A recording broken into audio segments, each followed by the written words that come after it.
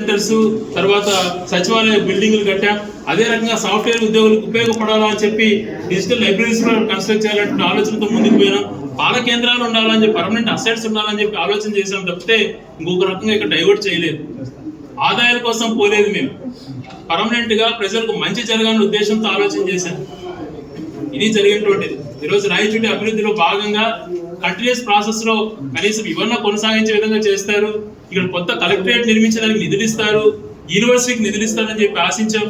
అవి ఏమి ప్రకటించకపోగా గెండికోట నుంచి వచ్చేటువంటి ప్రాజెక్ట్ ని కనీసం నోటి నుంచి మాట రానియకుండా రైతులు నిరాశపరిచావు.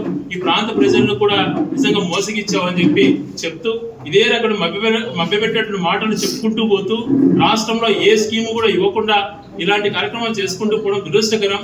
మేనిఫెస్టో అన్నటువంటిది నువ్వు ఏదైతే చెప్పావో నెరవేర్చే విధంగా ఆలోచన విధానం ఉండాలి, దానికి తగ్గట్టుగా డెవలప్మెంట్ కూడా ఫోకస్ చేయాలి. కానీ ఏది చేయవు, కానీ మభ్యపెట్టే మాటలు మాట్లాడుతూ